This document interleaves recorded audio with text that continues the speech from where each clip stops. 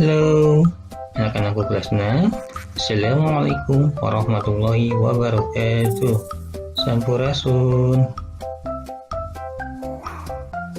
Berjumpa kembali dengan Bapak Bambang Herlambang dari SDN 8 Cicereh, Kauripan, Pajajaran, Purwakarta.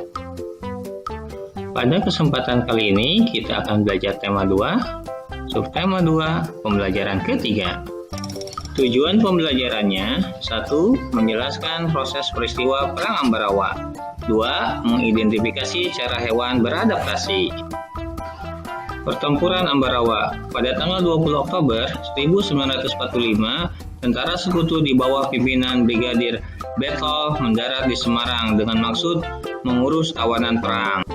Kedatangan sekutu ini diboncengi oleh Netherlands Indies Civil Administration atau NICA. Namun, ketika pasukan sekutu dan NICA telah sampai di Ambarawa dan Semarang untuk membebaskan para tawanan tentara Belanda, para tawanan tersebut justru dipersenjatai sehingga menimbulkan kemarahan pihak Indonesia. Pada tanggal 26 Oktober 1945, di Kota Magelang terjadi pertempuran antara Pasukan Tentara Keamanan Rakyat atau TKR dengan pasukan gabungan Inggris dan NICA. Insiden tersebut terhenti setelah Soekarno dan Brigadir Bethel melakukan perundingan dan memperoleh kata sepakat. Namun, ternyata pihak sekutu mengingkari janji. Pada tanggal 12 Desember 1945, pertempuran berkobar di Ambarawa. Kolonel Sudirman langsung memimpin pasukannya yang menggunakan taktik gelar supit urang atau pengepungan rangkap dari kedua sisi, sehingga musuh benar-benar terkurung.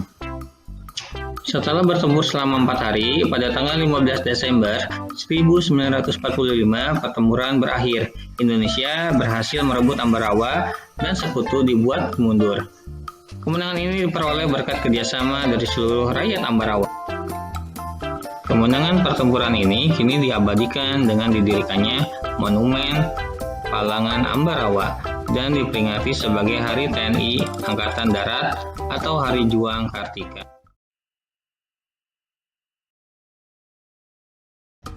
Tahukah kamu bahwa beberapa hewan juga menggunakan prinsip kerjasama, persatuan, dan taktik untuk beradaptasi? Contohnya, hyena selalu bersatu dalam mencari mangsa. Menurut penelitian, hewan terpintar di muka bumi adalah hyena.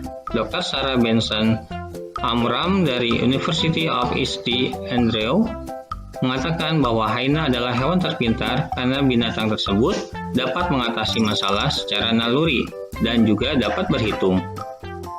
Sarah berhasil menyimpulkan bahwa tingkat kepintaran seekor hewan ditentukan dari cara mengatasi masalah.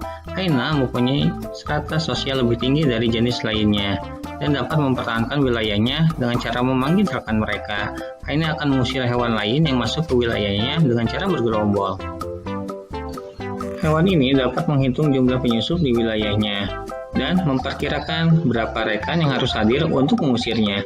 Hyena mempelajari cara untuk mengatasi masalah dari kesalahan dan percobaan. Hal ini seperti yang dilakukan manusia ketika menghadapi masalah, ungkap Sarah. Dia juga menjelaskan bahwa walaupun banyak hewan lain yang melakukan metode seperti yang dilakukan hyena, namun hewan ini lebih cepat dalam melakukannya. Hyena lebih kreatif daripada hewan lainnya, lanjut Sarah. Mungkin di kemudian hari, karena dikatakan lebih pintar, maka Nasya akan menggunakan hyena sebagai penelitian ke luar angkasa. Selama ini, Nasya hanya menggunakan simpase dan beberapa hewan kecil lainnya untuk hal tersebut. Yuk kita lihat adaptasi lainnya. Nah, hewan ini menyesuaikan diri dengan tempat yang sesuai dengan tubuhnya. Misalnya, belalang daun dan belalang sembah. Belalang sering hinggap pada daun untuk menyesuaikan warna dan bentuk tubuhnya. Selanjutnya adalah bunglon. Bunglon menyesuaikan diri dengan mengubah warna kulitnya sesuai dengan tempatnya berada. Misalnya ketika bunglon berada di batang kayu, warna kulitnya berubah dari hijau menjadi kecoklatan dan kehitaman. Atau sebaliknya, perubahan warna ini membuat bunglon mampu membaur dengan lingkungan. Hewan selanjutnya adalah cicak. Untuk melindungi dirinya, cicak dan kadal melepaskan ekornya. Cara ini disebut dengan autotomi. Ekor yang telah putus akan tumbuh lagi. Hewan selanjutnya adalah terenggiling. Terenggiling melakukan penyesuaian diri dengan menggulungkan tubuhnya membentuk spiral. Cara ini dilakukan untuk melindungi diri dari serangan musuh. Contoh hewan lain yang menggulungkan diri adalah lipan. Tugas anak-anak adalah mencari adaptasi hewan berikut ini. Alhamdulillahirrahmanirrahim. Pembelajaran hari ini telah selesai. Berjumpa lagi dengan Bapak di lain waktu. Mudah-mudahan semuanya bermanfaat. Wassalamualaikum warahmatullahi wabarakatuh.